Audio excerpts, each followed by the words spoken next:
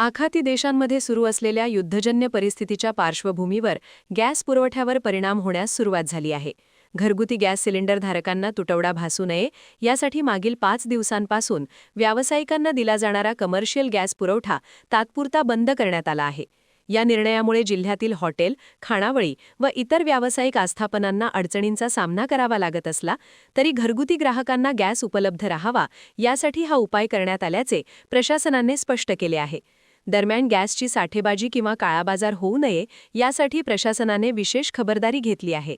जिल्हाधिकारी विकास मीना यांनी जिल्हाभरात गॅस वितरणावर लक्ष ठेवण्यासाठी 16 विशेष पथकांची नियुक्ती केली असून या पथकांकडून गॅस एजन्सी, वितरण व्यवस्था आणि साठ्यांवर नियमित पाहणी केली जाणार आहे. गॅस सिलेंडरचा गैरवापर, साठेबाजी किंवा काळाबाजार केल्याचे आढळल्यास संबंधितांवर कठोर कारवाई करण्यात येईल, असा इशारा जिल्हाधिकाऱ्यांनी दिला आहे. तसेच नागरिकांना गॅस संदर्भात कोणताही गैरप्रकार, जादा दराने विक्री किंवा साठेबाजी आढळल्यास तात्काळ प्रशासनाला माहिती देण्याचे आवाहनही करण्यात आले आहे.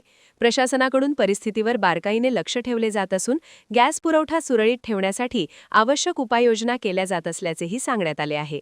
सर्वांना जिल्हाधिकारी म्हणून माझं आवाहन राहणार आहे की आता आमच्या जिल्हा प्रशासन स्तरावर आढावा घेण्यात आला सर्व गॅस एजन्सी संदर्भात.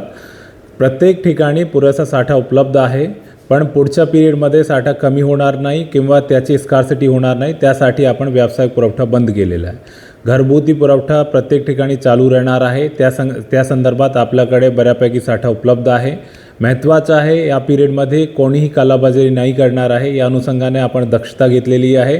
प्रत्येक तालुक्यामध्ये आपण पथक निर्माण केलेलं आहे. जर कोणतीही अशी गतिविधी दिसून आली ज्यामध्ये कालाबाजारी दिसून येत आहेत, लोक अननेसरी साठा करण्याचा प्रयत्न करत आहे, त्यांच्यावर आपण आवश्यक कमोडिटी ॲक्ट अंतर्गत आपण गुन्हा दाखल करणार आहे आणि सक्त कारवाई असे लोकांवर करणार आहे.